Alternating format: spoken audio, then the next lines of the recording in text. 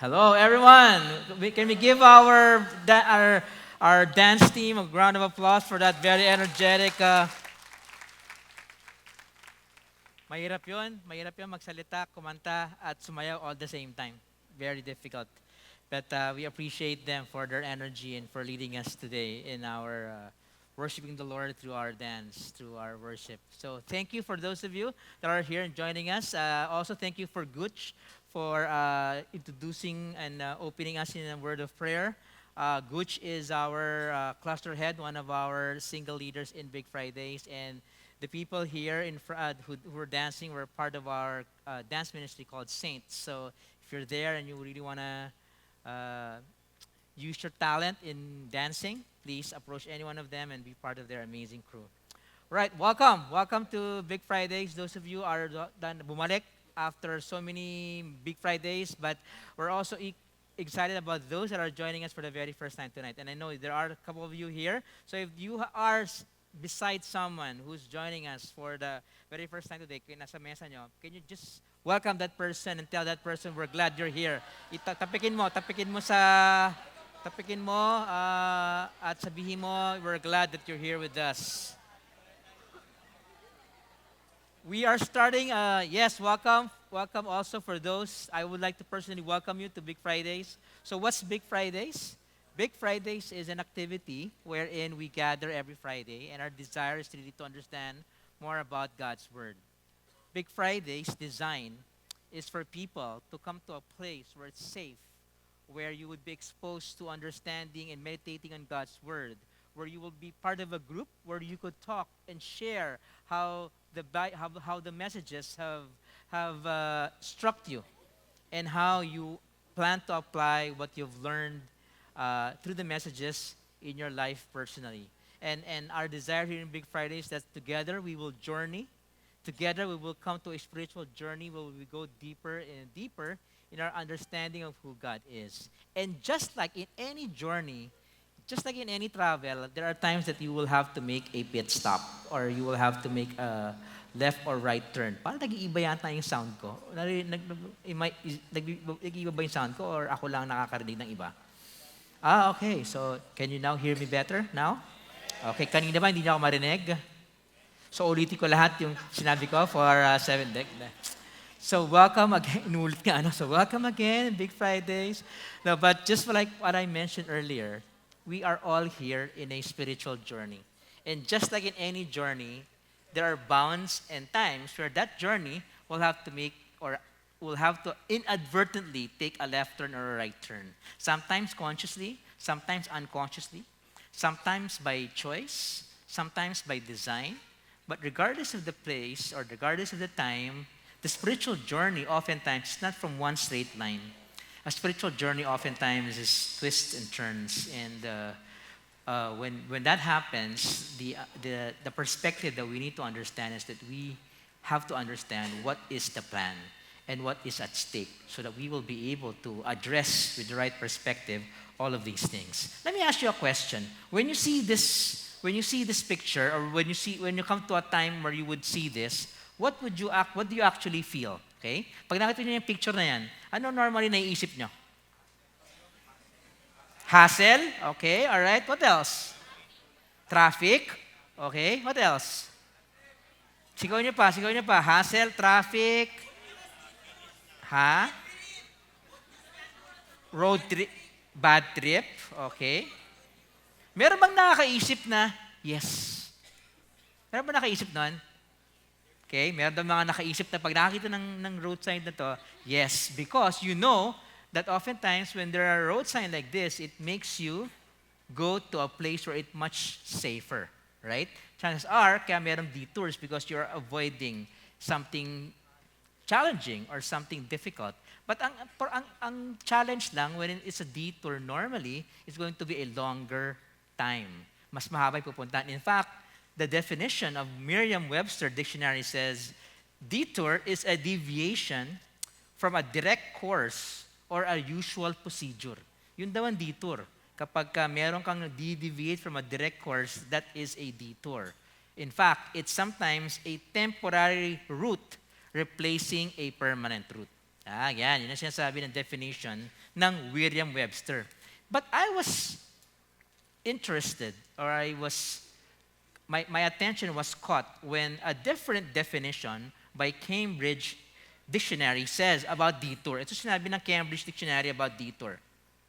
A way of getting to a place that is indirect and longer than the usual way, and which is taken in order to avoid a particular problem or to do something special. Wow. Nung narinig ko yung definition ng Cambridge Dictionary, sabi ko, wow, yung definition nito, to avoid a particular problem or to do something special, obviously, the people who defined that word was not just looking about the daily grind in a transportation or in the road.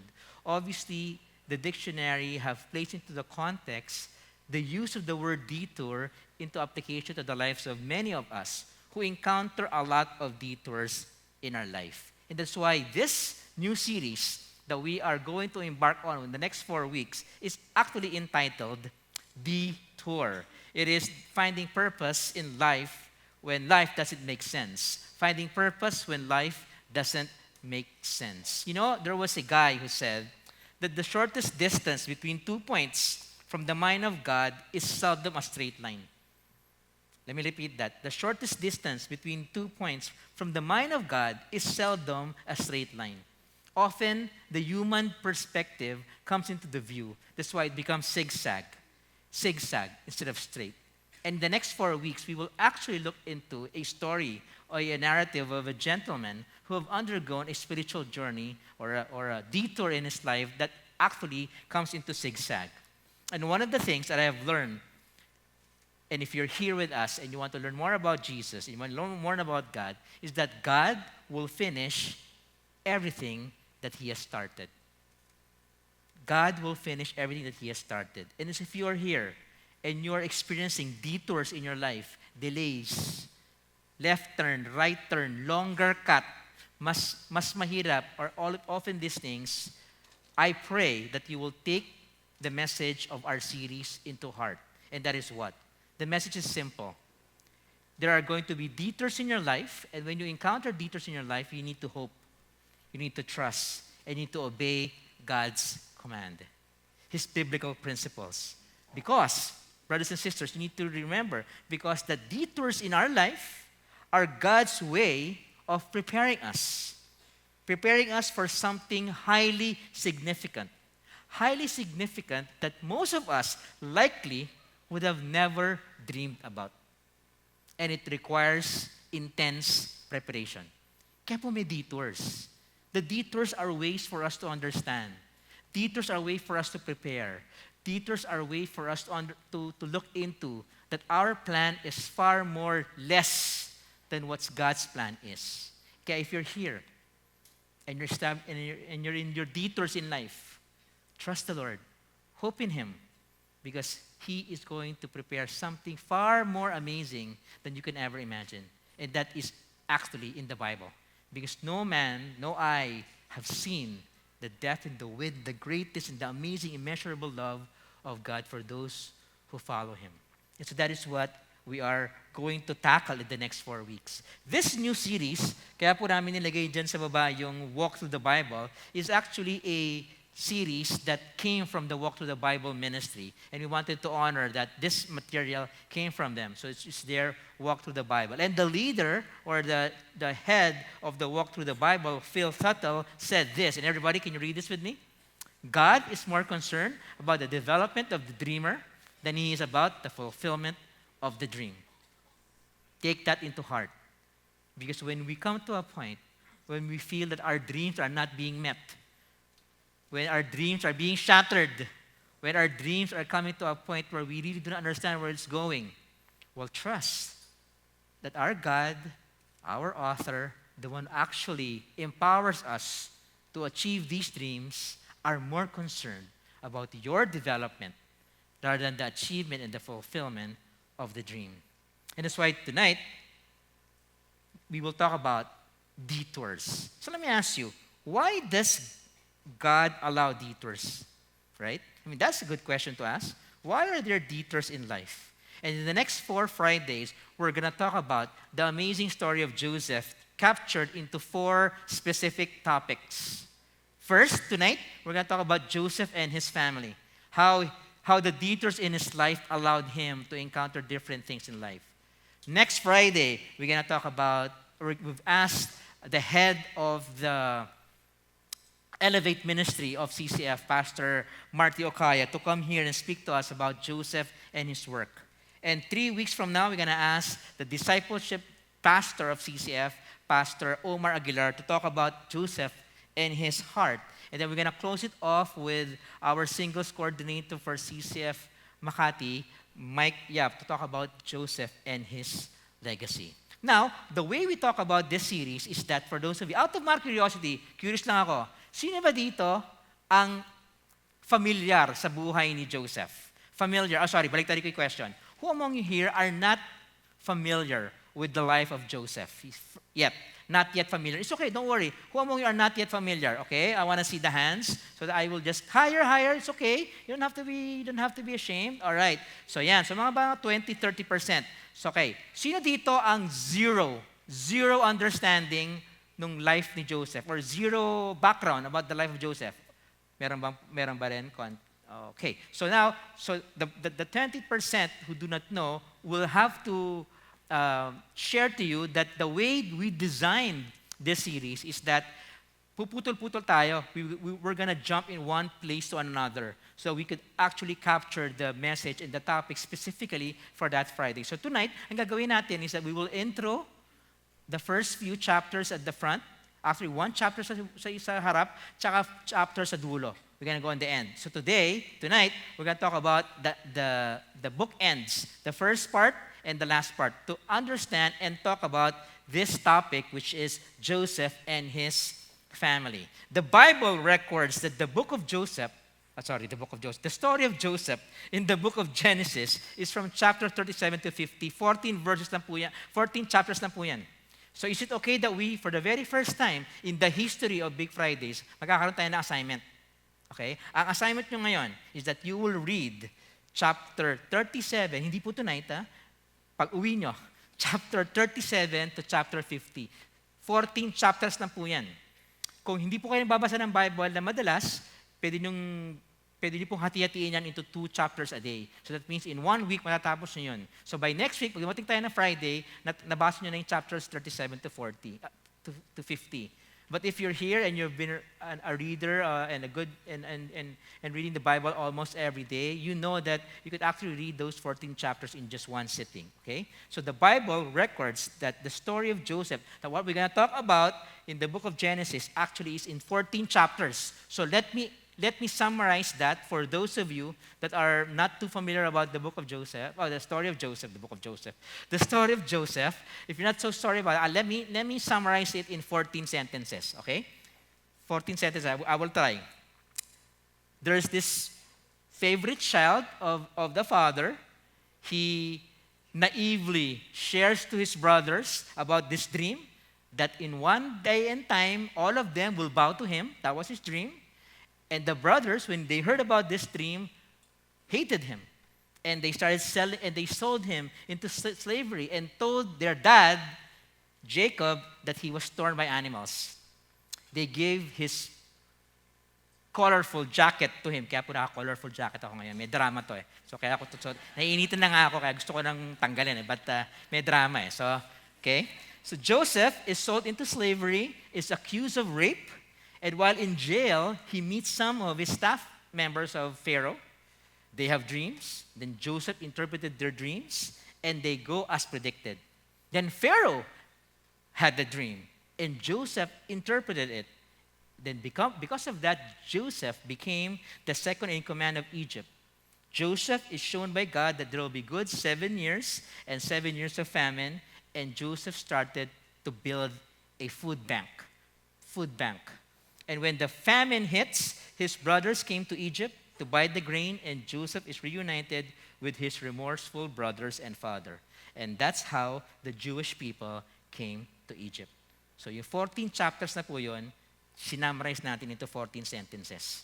Okay? So ngayong gabing to, pag-uusapan natin ang isang aspekto lang po ng buong buhay ni Joseph. And we're going to talk about his family. Folks, among all family, Joseph's family is a family with complex web of relationship. Medyo masalimuot po ang buhay ni Joseph at saka ang pamilya niya.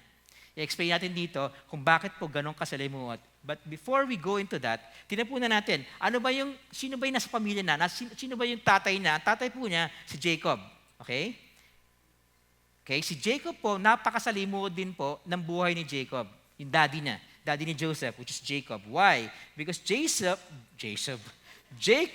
had 4 wives. 4 po, naging asawa ni Jacob. At nagkaroon po siya ng mga anak. 12 lalaki, okay, at saka isang babae. Nangyari sa, Yan, alright. 12 lalaki at isang babae. Ganun po. 4 wives, Leah and Rachel, sisters, and then the slave of Leah, Zilpah, and the slave of Rachel, Bilhah. So, ganito po si Jacob, medyo marami po siyang naging asawa. So, to summarize that, kasi medyo tinitignan mo pala to, nakakagulo na, di ba? Tignan mo yung slide, nalilito ka na, di ba? Ganyan ka-complex ang buhay ni Jacob, yung tatay. Pero pag sinamarize natin, yan po magiging buhay niya. At daddy po ni Joseph, Jacob had 2 wives, 2 concubines, 12 sons, and 1 daughter. Why saying this? Ba't ito sinasabi? Why is this part of this lesson? Well, first, you need to understand that if we will talk about Joseph and his family, we need to realize that Joseph's family, immediate and even the ones that are generational, are highly dysfunctional. Napaka-dysfunctional po. And we saw that in Jacob. In fact, Jacob's life, yung tatay po niya, is characterized by a life of deception. Bakit ko po nasabi yan? If you will look at the Bible, Jacob's family is really, really interesting. Si Jacob po, sino po ang tatay ni Jacob? Si Isaac. Si Isaac po ang tatay niya.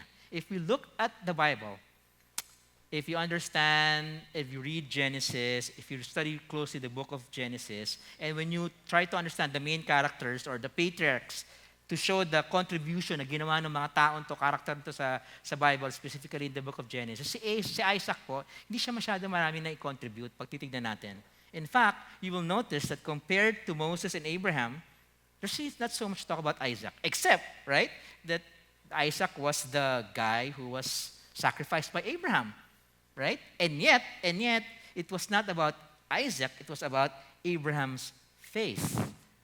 But one of the narrative that when you really study and try to dig deep into the Bible's commentary and biblical scholarship interpretation of the scripture, they would realize that Isaac is a very passive person. Passive. So hindi po siya masyadong ma-action man. We're going to know about that in a while. Ang nanay po ni Jacob, which is the tatay ni Joseph, is Rebecca. Okay? Sino po si Rebecca? Rebecca is the wife of Isaac, and because of Isaac's passiveness, si Rebecca po, medyo may natural tendency to take over. So if you understand the story of this family, you know that Rebecca is a very go-getter person. In control po siya. And because Isaac's natural tendency was to become passive, Rebecca took over the family and took over the life of Jacob, yung daddy ni Joseph. You know, Rebecca had problems when she bore twins, right? She bore twins. Si Esau po, okay? And then si Jacob, she showed partiality to Jacob. Favorite niya si Jacob. Okay? And then, when Jacob, because Jacob is a homebody, si Esau po, very outdoors person, si Jacob was really taken over by her mom, right? Takes over in his mom. She arranges everything for him. She teaches him to cook.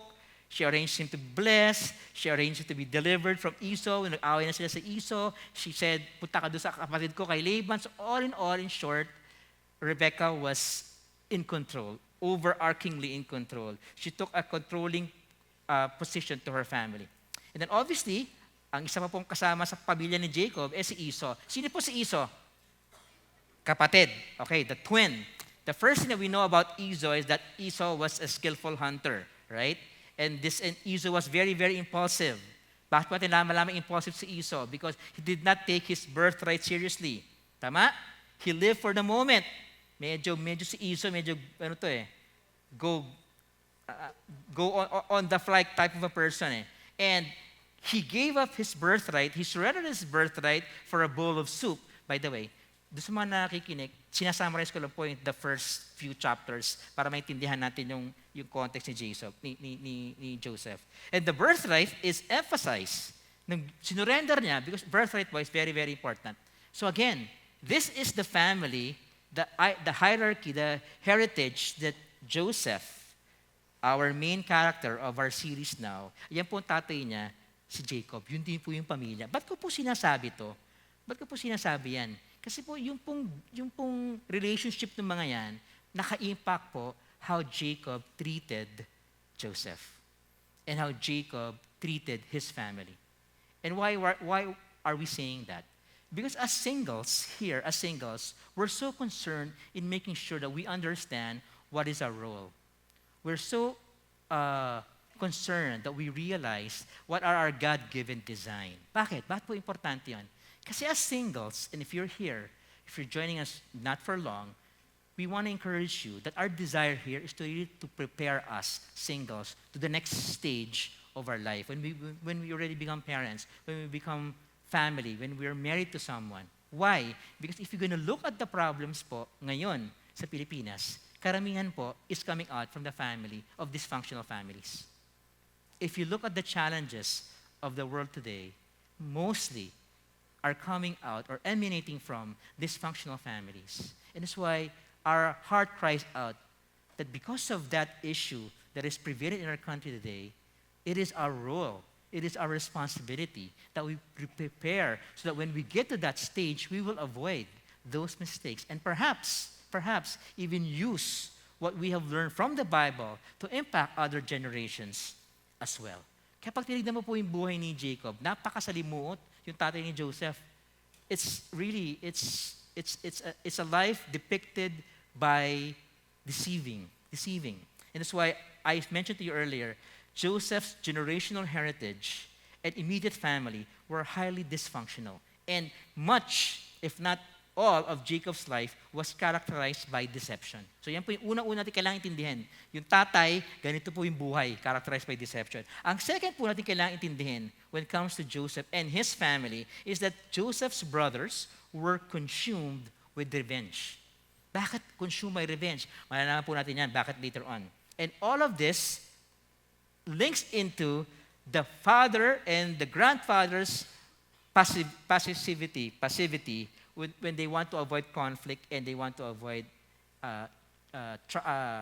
frictions, right? Frictions. So let me quickly, after that very thorough context and background, let me go straight to the text right now, which is found in Genesis chapter 37, verse 1 to 4. But before we do that, is it okay if we spend a quick prayer?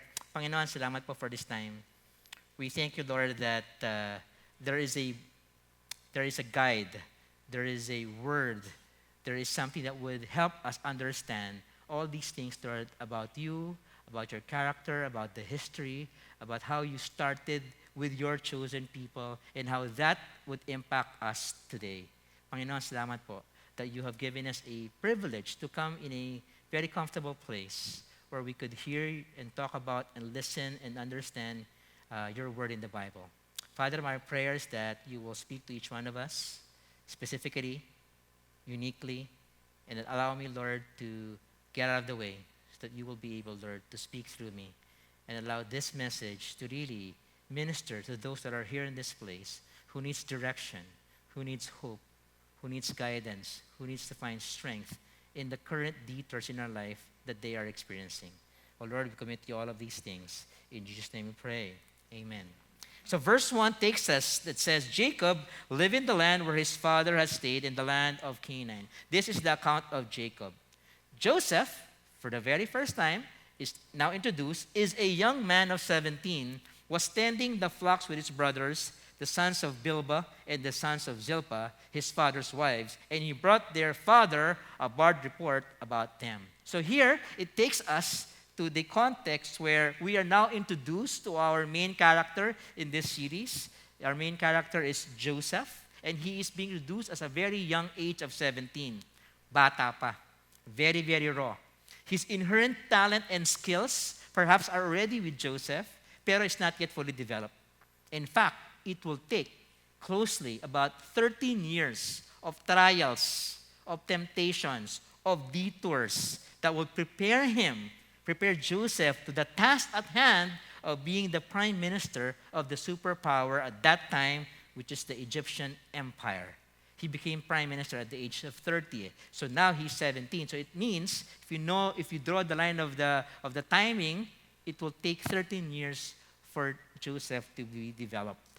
It says Bilba and it says Zilpa. Ito yung concubines, di ba? Ito yung mga slave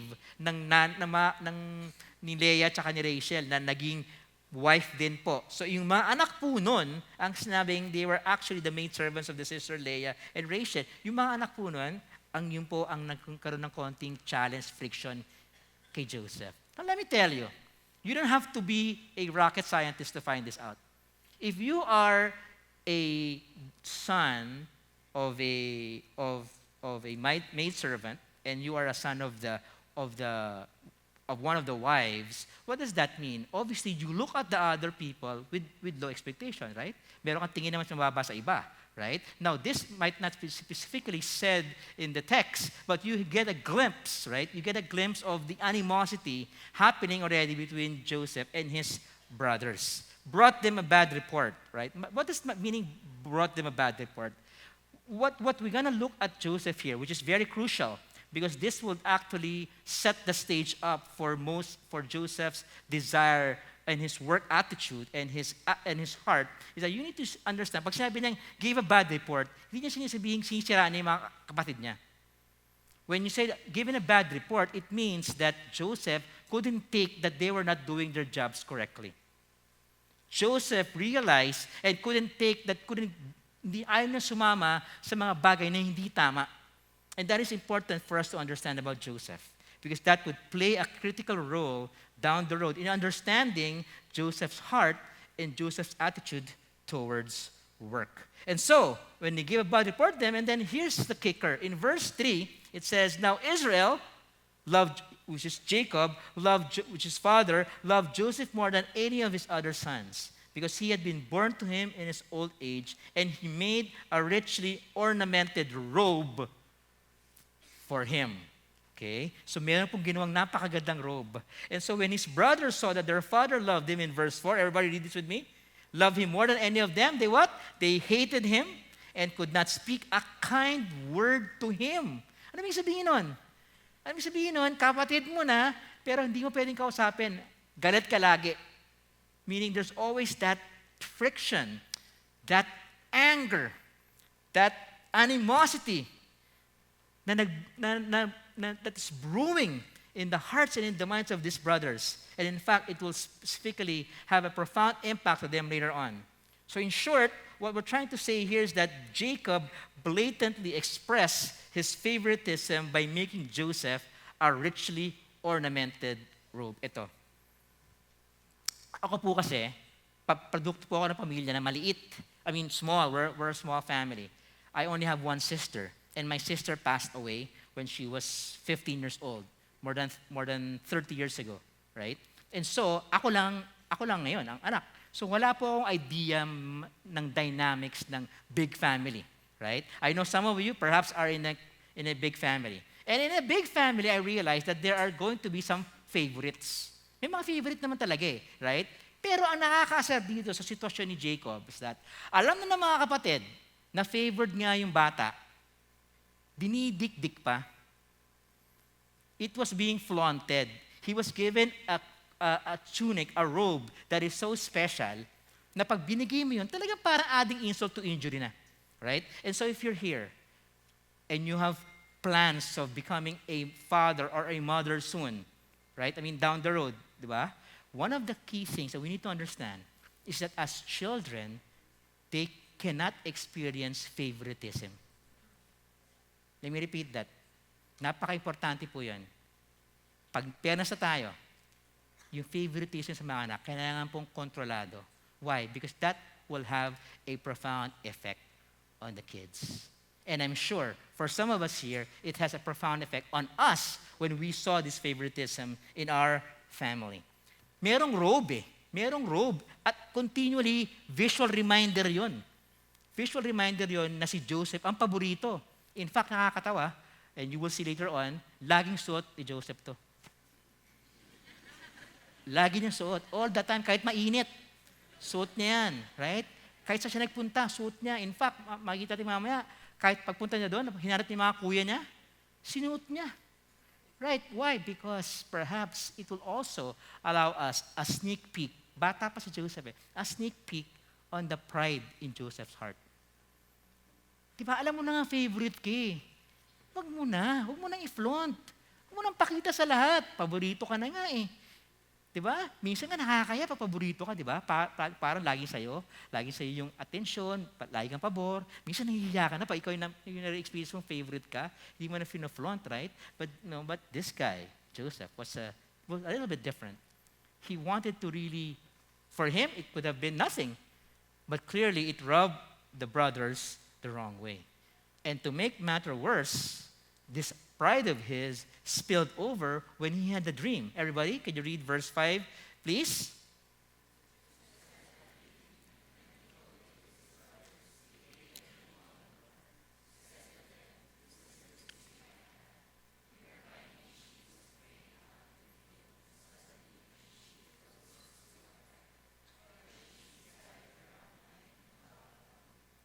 So just to explain that, I know you understand that, but just to explain that, look at verse 8. His brothers said to him, "Do you intend to reign over us?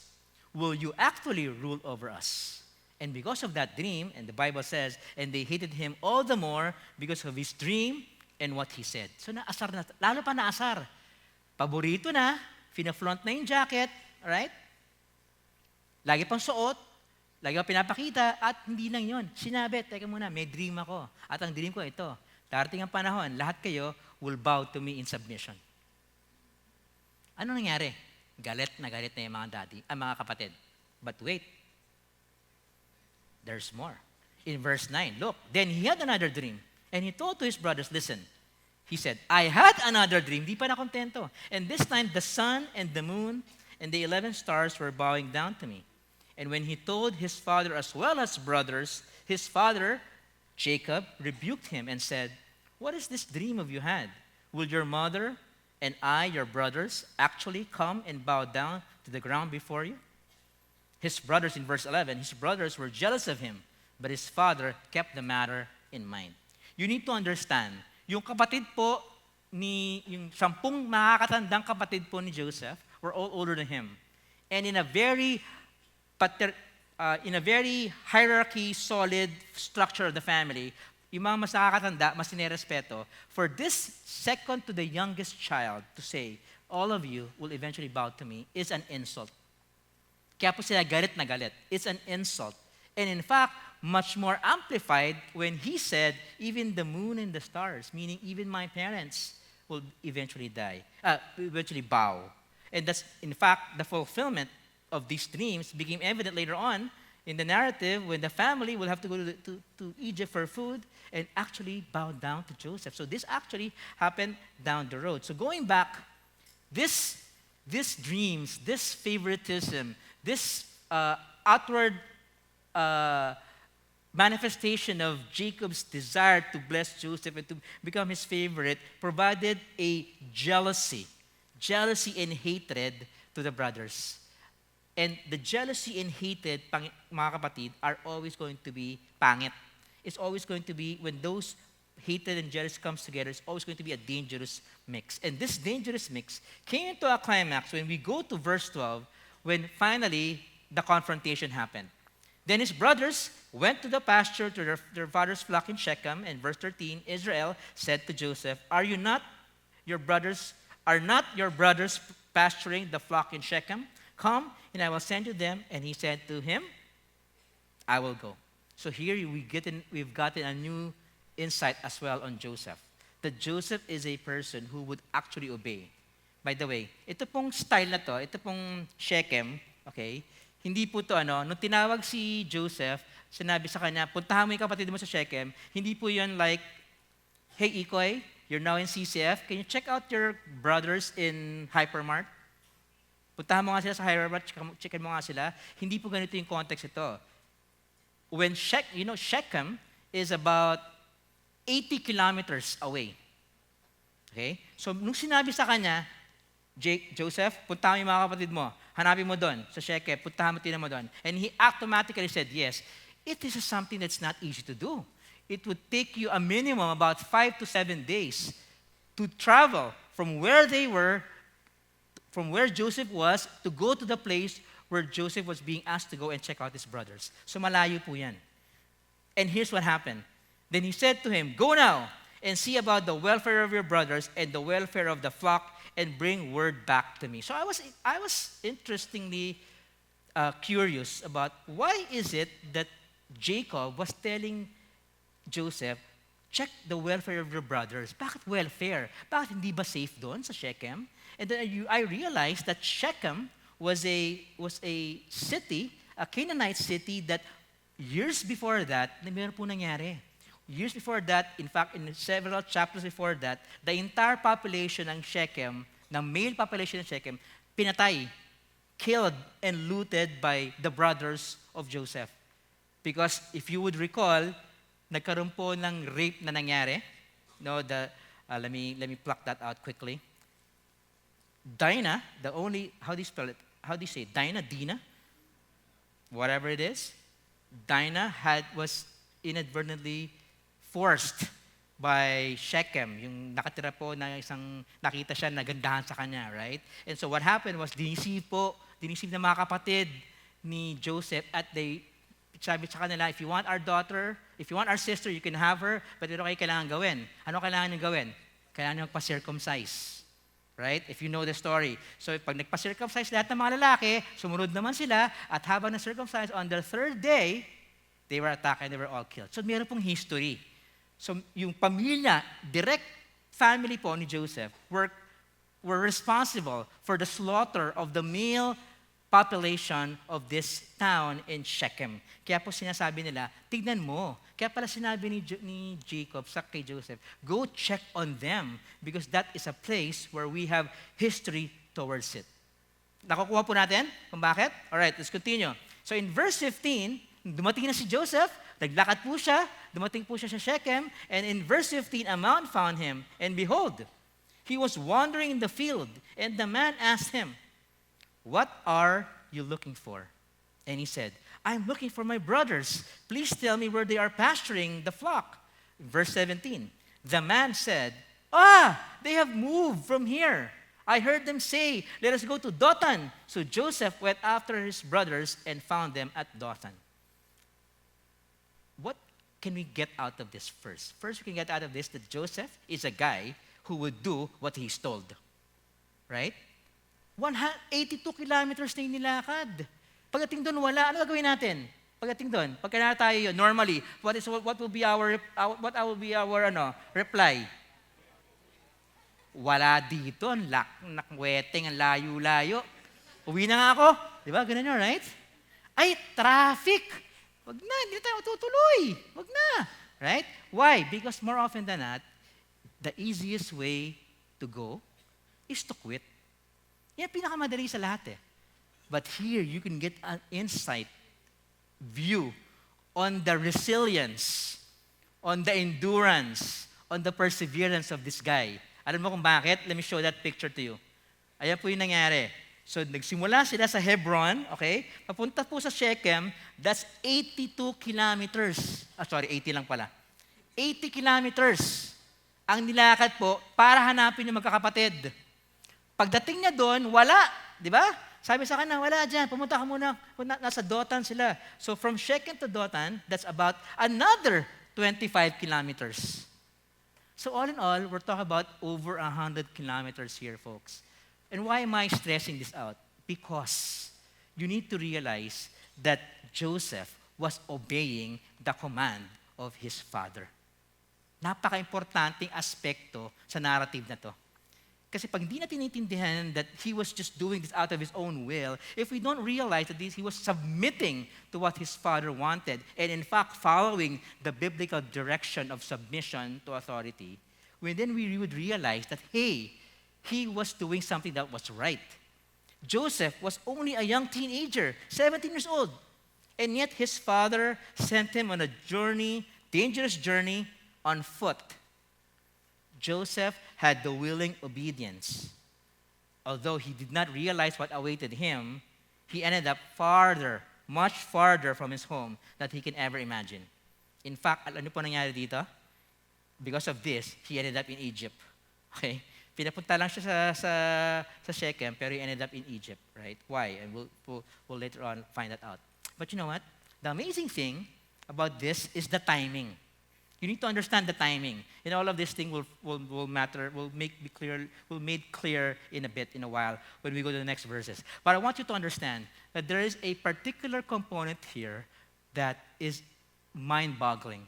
And that particular detail is the timing of everything. Imagine, may caravan. Okay? Yung caravan, galing ng Ishmaelite papunta sa Egypt, normally a caravan is about 3,000 people. And normally the caravan would take months, a month or two, to travel all the way to Egypt. So that means hindi po yan madalas. Hindi po yan parang MRT na laging meron dumarating every 30 minutes. Yung caravan po, very far in between. So the timing has to be specifically spot on. That's why when we move into verse 18, and we now see the encounter in verse 18, the Bible says, but they saw him in the distance. Ba't nila nakita si Joseph? Paano nila nakita na malayo? Kasi naka-orange jacket. Diba? Malayo pa lang, kitang-kita na. And before orange na neon pala. But before they reached the distance, they plotted to kill him. Bakit nila, why was it already, at that point, ready na kagad na patayin? I mean, I was asking them, how can they have decided so quickly that they wanted to kill him right away? Alam na-realize ko? It wasn't quickly. It was years. It was years of jealousy. It was years of hatred. It was years of that thing when mixed together will explode. Kaya napaka-importante po. If you are really harnessing or harboring bitterness, unforgiveness, anger, hate. I used to struggle with hate. Anger, sobra. So I kept on praying, Lord, please help me manage my anger.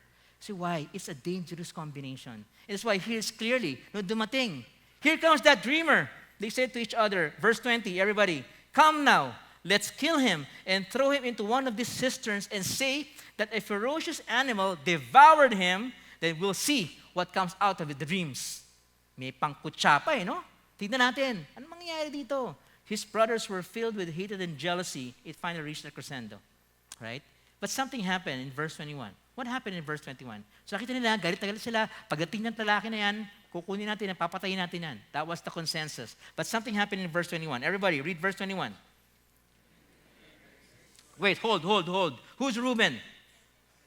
Reuben is the eldest. And remember, I told you kanina, when in the hierarchy structure of the family, the eldest is always the leader, who has the respect of everyone.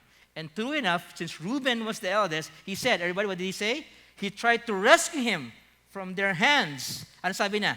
Let's not take his life, he said. Verse 22, don't shed any blood. Throw him into this cistern here in the desert, but don't lay a hand on him. What's a cistern? Ano ang cistern? Balon. Meron ako narinig. Tama, balon. Hindi po balon. Balon. Okay? Ano yung balon? Okay, what's balon? It's a well, right? What happens that because it's a desert, normally, konti po ang ulan. So these cisterns are used to be deep. They dig it out, malalim, so that pag umulan, okay, normally normally nasa lower part of a mound of a hill or an inclined plane, para pag dumating yung tubig, huhulog lahat doon, sasaluhin lahat ng cistern. Tapos doon nila gagamitin na tubig for the rest of the year na wala silang tubig. So pagka ganun po, yung cistern ba mababaw? Kukuha ba ng mga ganito mababaw na cistern? Gagawa ba sila ng mababaw na cistern? Normally, cisterns are over 20 feet deep. So nung hinagis, tinapon si Joseph doon at walang tubig, 20 feet po yun. at least. Right? So malalim, malayo. So masakit. And it's a miracle na wala pong nangyaring masama sa kanya, which is one of the things that we normally say when we are in a detour. When we detour something, right, we realize that things could have been worse. Things could have really been worse. And Joseph had that attitude. So throw him to the cistern and lay hand on him. But Reuben said, but look, by the way, pwede po natin tignan to. Reuben said this to rescue him from and take him back to his father. Kaya pala, hindi lang gusto ni Reuben save si Joseph kasi talaga mahal niya si Joseph. Gusto niya i-save si Joseph para tika siya maging superstar. Ang plano niya kasi, babalikan niya, look, Reuben said this to rescue him from them. So, iwan niyo natin dyan. Sabihin ang idea ng strategy ni Reuben was, we will leave Joseph there, and when everybody's gone, he will go back and take Joseph, bring him back to his father. So, pogi point si Reuben. That was his design. And why was that clearly plotted out? Ba't nilabas yun? Ba't pinakita sa Bible yun? Kasi ito po yung isang napaka-importante bagay na naintindihan ko about the Bible, about God's command. That oftentimes, when our motivation is not right, God will not bless it. That's what I realize. That if my motivation is selfish, if my motivation is for my own good, if my motivation is para ako yung sumikat or maging popular or whatever it is, when my motivation is not right. And I praise God for that. He does not allow it. And similarly, yun po yung ginawa ni Reuben. Yun po yung desire niya. Kaya hindi so in verse 20, so when Joseph came to his brothers, they stripped him of his robe. Yun na. They stripped him of his robe. Mainit eh. They stripped him of his robe, the ornate robe he was wearing, and they took him and threw him into the cistern. Tinapon. By the way, can you imagine this? Cistern's supposed to be with water eh. Pero walang tubig. Cistern's supposed to be deep. Pero nung tinapon si Joseph, hindi siya nabalian. I mean, all of these little details makes you realize when really God is in control, there's so many things that we don't see, and yet He will provide. Now, some of you might be here and experiencing something difficult in your life right now. Some of you might be here in a cistern. Nasa cistern ka, sa balon ka, right? And it's dark, and you don't understand what's happening.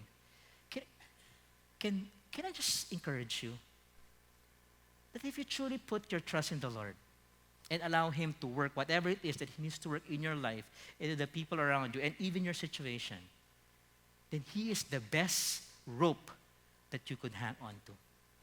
Siya yun. And that's important. And this is what the Bible is saying. And they took him and threw him into the cistern. The cistern was empty. There was no water in it. And they sat down to eat their meal, and by amazing timing, they looked up and saw a caravan of Ishmaelites coming from Gilead. The camels were loaded with spices, balm, and myrrh, and they were on their way to take them down to Egypt. Let me ask you this.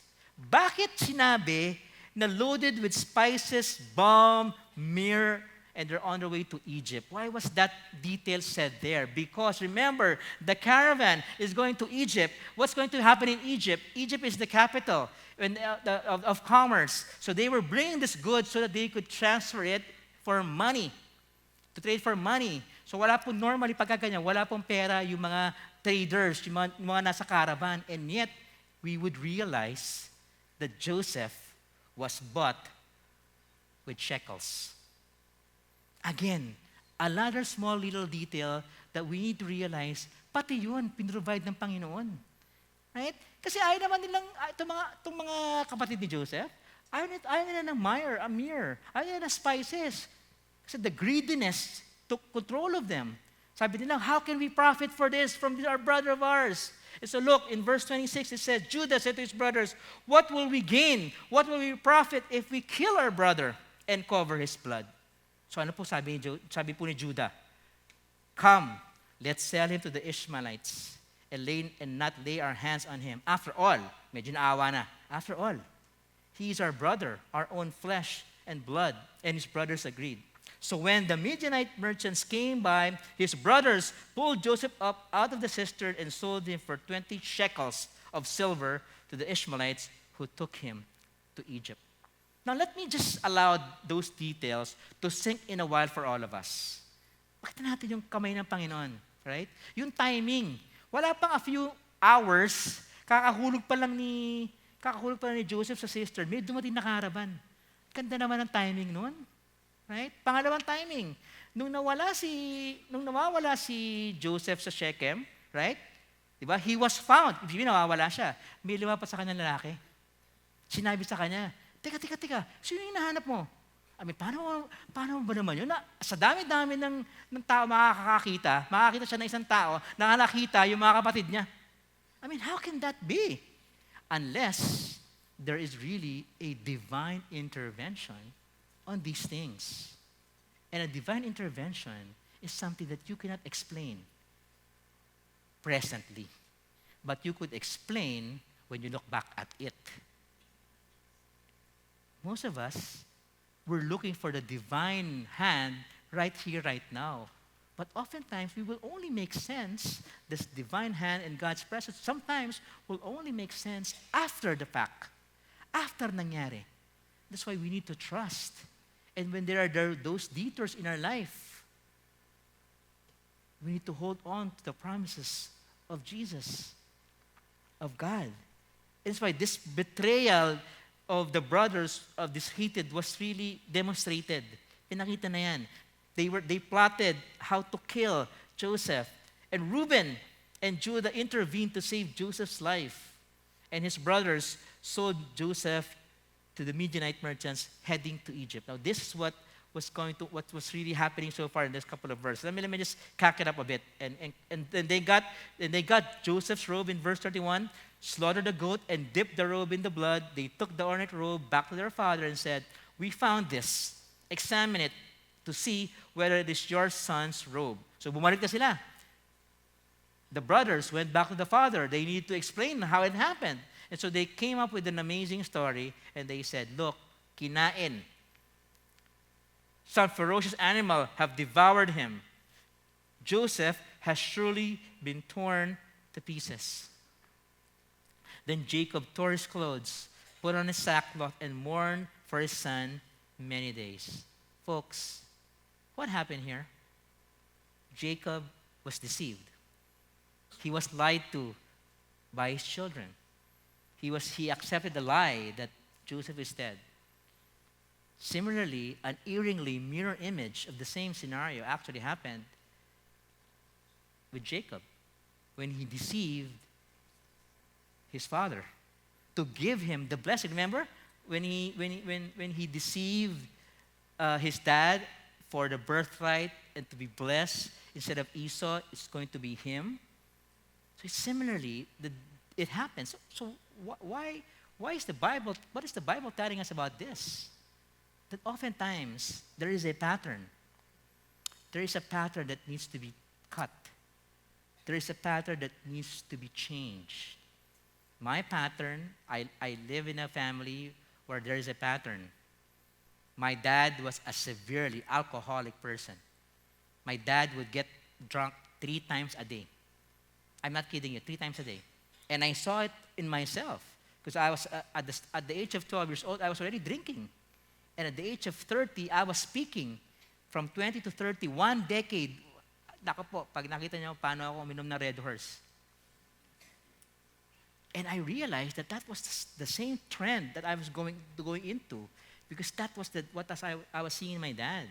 And by God's grace, detours happened into my life that changed my direction and allowed me to meet Jesus.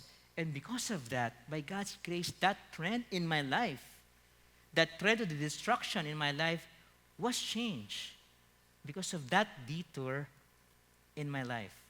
And so what happened here is that when the Midianites sold Joseph, when in verse 35, all his sons and daughters came to comfort Jacob, but he refused to be comforted. "No," he said, "I will continue to mourn until I join my son in the grave." Did you get that? Jacob said, I will continue to mourn until I join my son in the grave. So here's the thing that I want to share to you as well tonight. You know, God is a sovereign God. He will do whatever is according to His plan. His plan is set. His plan is, nothing can thwart His plan. And oftentimes, when we look at that sovereignty, we place our confidence and we do not place our confidence, we let go of our confidence saying, hey, sovereign naman ang Panginoon eh. He will do whatever He wants to do. It will happen. Normally, that is the default. But here's the thing, as Christians who always claim God's sovereignty, I think this should be applicable to all of us. God's sovereign is, yes, He is sovereign. But His sovereignty cannot cover for the consequences that will happen in our life if we make bad decisions or bad choices. And clearly in this scenario, though His sovereign plan for Joseph is going to happen, along the way there are mistakes and choices that are committed. First, look, Jacob will be the one that will suffer. Imagine mo, bago makita si Jacob at si Joseph, before he would realize that Joseph is not dead, it's more than 20 years down the road. So can you imagine that dala-dala ni Jacob yung 20 years na yun, mourning. He is mourning for his son. Third, so another consequence that Joseph's brothers will continue to live in guilt. Guilty siya sa ginawa nila. In fact, later on, you would see several years down the road, they would still carry that guilt. And of course, Joseph was now going to be part of the slave world. He's now into slavery. So these are the things, these are the sad consequences. And yet, of course, in spite of those consequences, God's will is sovereign. Whatever His plan is, it will happen. But here's the thing I'm trying to understand, and I'm trying to apply it to my life. I know God is sovereign.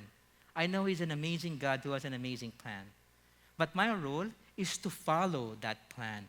My role is to seek that plan so that I would avoid the consequences, the mistakes, the pain, the unnecessary sufferings that I will encounter or I will experience if I do not obey and follow that plan. Kaya po importante, because we will have detours in our life. And the most important things we understand is, while we are in that detour, are we obeying God or are we disobeying God? That's a question we need to understand. And if we understand that, yes, I'm obeying God, and yet in spite of following the Lord, there are detours, then it is going to be His plan for me. Kaya niya ginagawa yung detour, kasi may plano.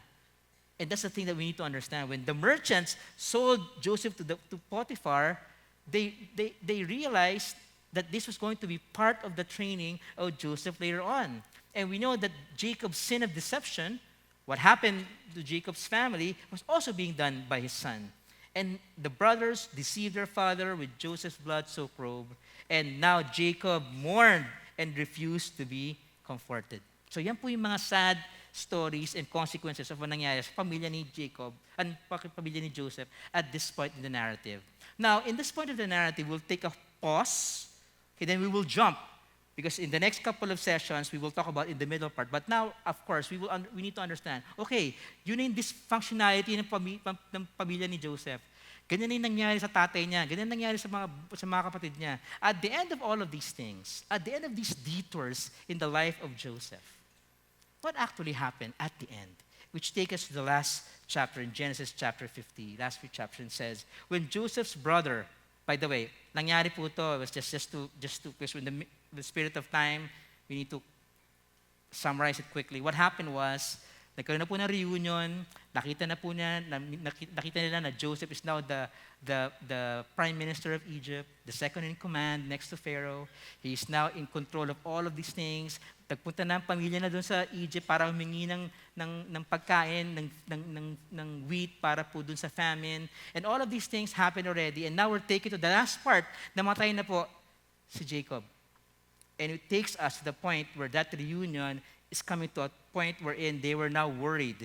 They were worried that they were now going to be acted upon by the vengeance of Joseph. Akala kasi ng mga anak kapatid ni Joseph, mabait lang sa atin si Joseph kasi buhay pa ang tatay natin. Pero pag namatay yung tatay natin, we're now dead. And that's where it's going to take us in chapter 50, verse 15. Everybody, can you read this with me? When Joseph's brothers saw that their father was dead, they said, "What if Joseph holds a grudge against us and pays us back for all the wrongs we did to him?" So they sent word to Joseph saying, "Your father left these instructions before he died. This is what you are to say to Joseph." And what is that? "I ask you to forgive your brothers the sins and the wrongs they committed in treating you so badly. Now please forgive the sins of the servants of the God of your father." When their message came to Joseph, Joseph wept. And his brothers then came and threw themselves down before him. Alam po, sabi ng mga kapatid niya, "We are your slaves." They said, "We are your slaves." So at this point, you realize that you get into the heart of the brothers that they were really repentant.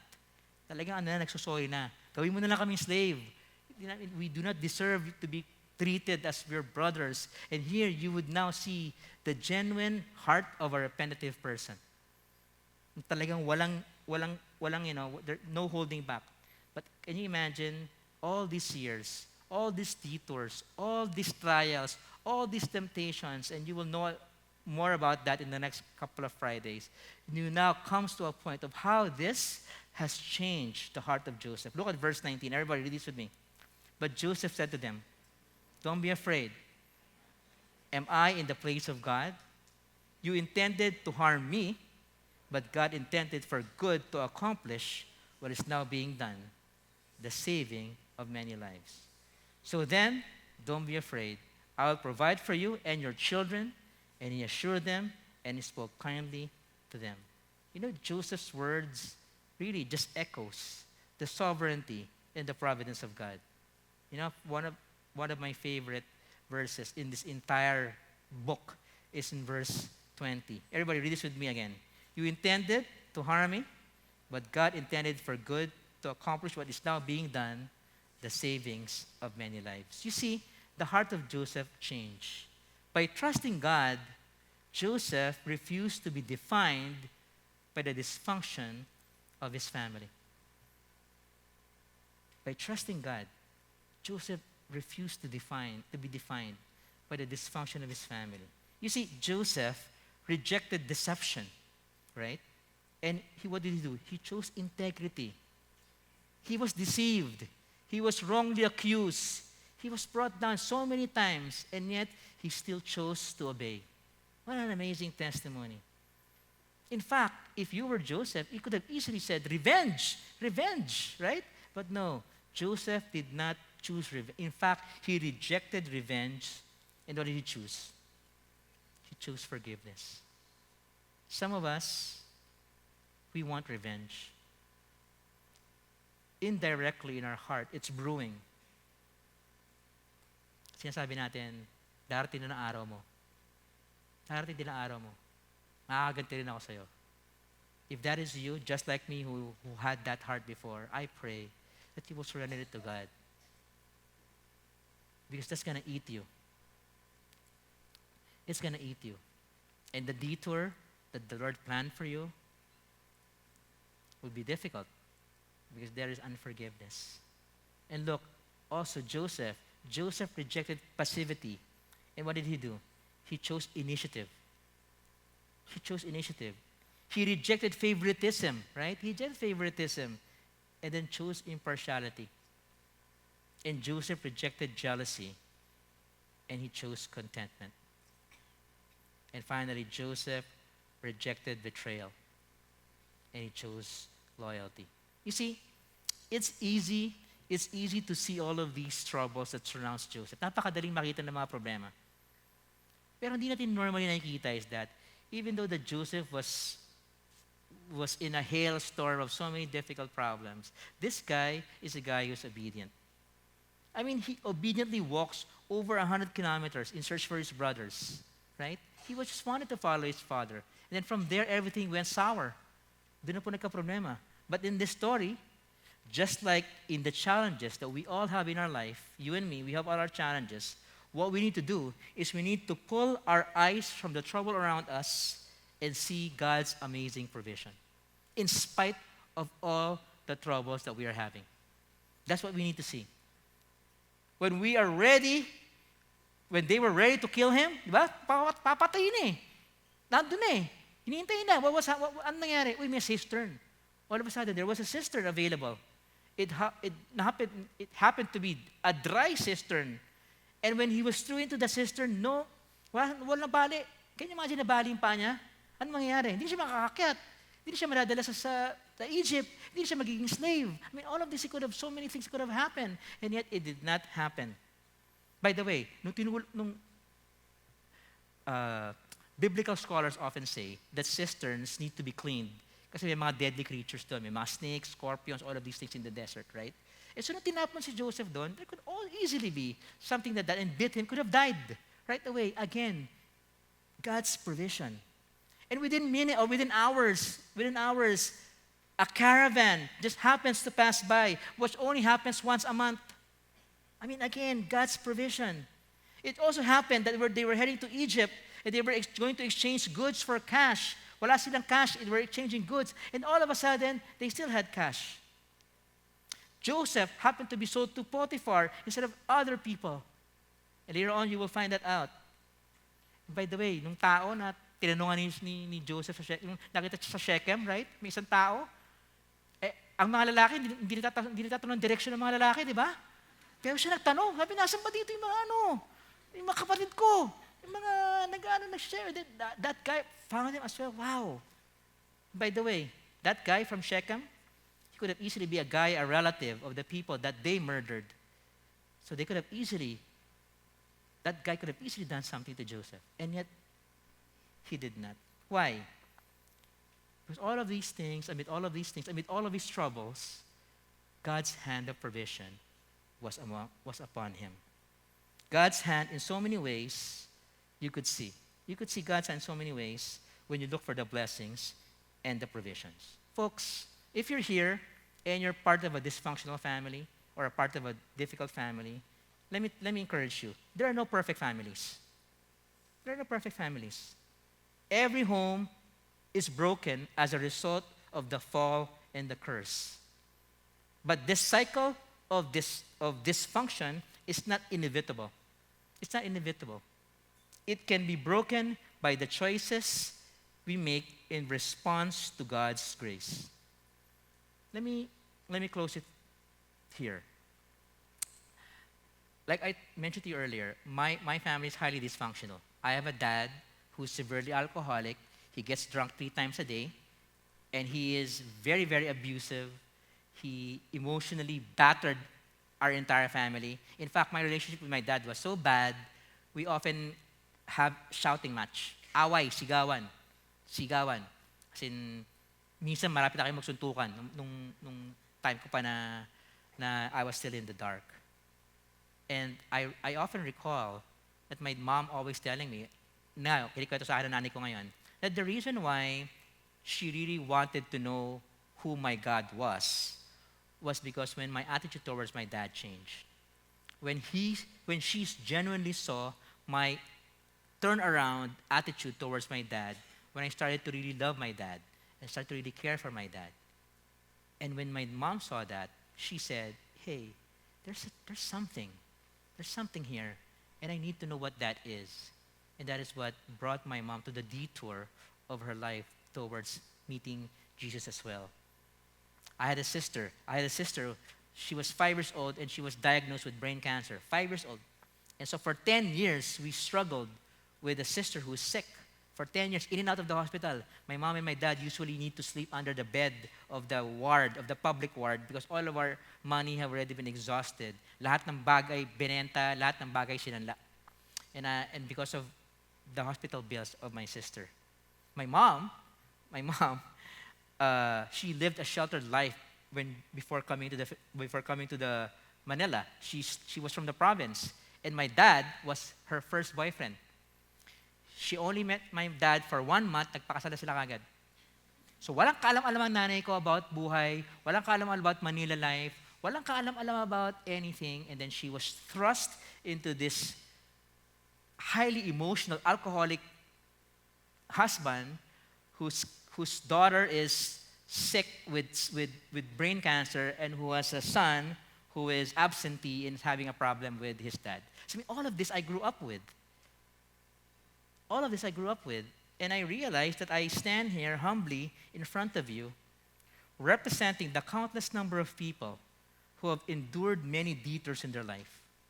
I stand humbly before you, knowing that there are people like me, by God's grace, did not give up. And I pray you will not give up. Some of you here are in a very difficult situation. And let this series, this detour, and the life of Joseph minister to each one of you. Minister to your needs. Minister to your hopes, to your strength, and even to your dreams. Truly, finding purpose when life doesn't make sense is one of the promises that Jesus provides to those who will call upon him. Let me end you with this question.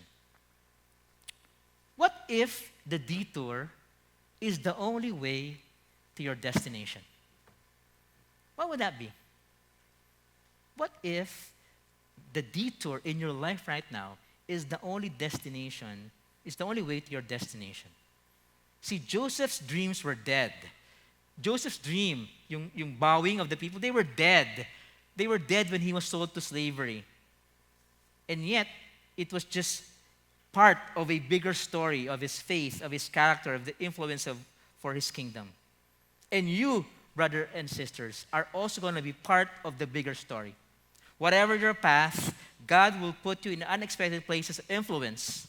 Where you are faithful to him and you respond to his ways, he will show you the way. He will show you the way. You might be here and you know you want to follow the Lord and you think you've followed him and you know that you're obeying him, and yet something went wrong, something changed the direction, that detour. And that detour, you are in a crossroad right now. That detour either takes you away from the Lord or that detour makes you closer to the Lord. The choice is yours. I pray that you will choose and follow what happened to Joseph. That these detours made him closer to God. And it's a choice that you need to make tonight. A choice you need to make tonight between disappointment or destiny. Disappointment or destiny. There is a difference, and the choice is in your hands right now. God is writing an epic story, brothers and sisters, and we are all part of it.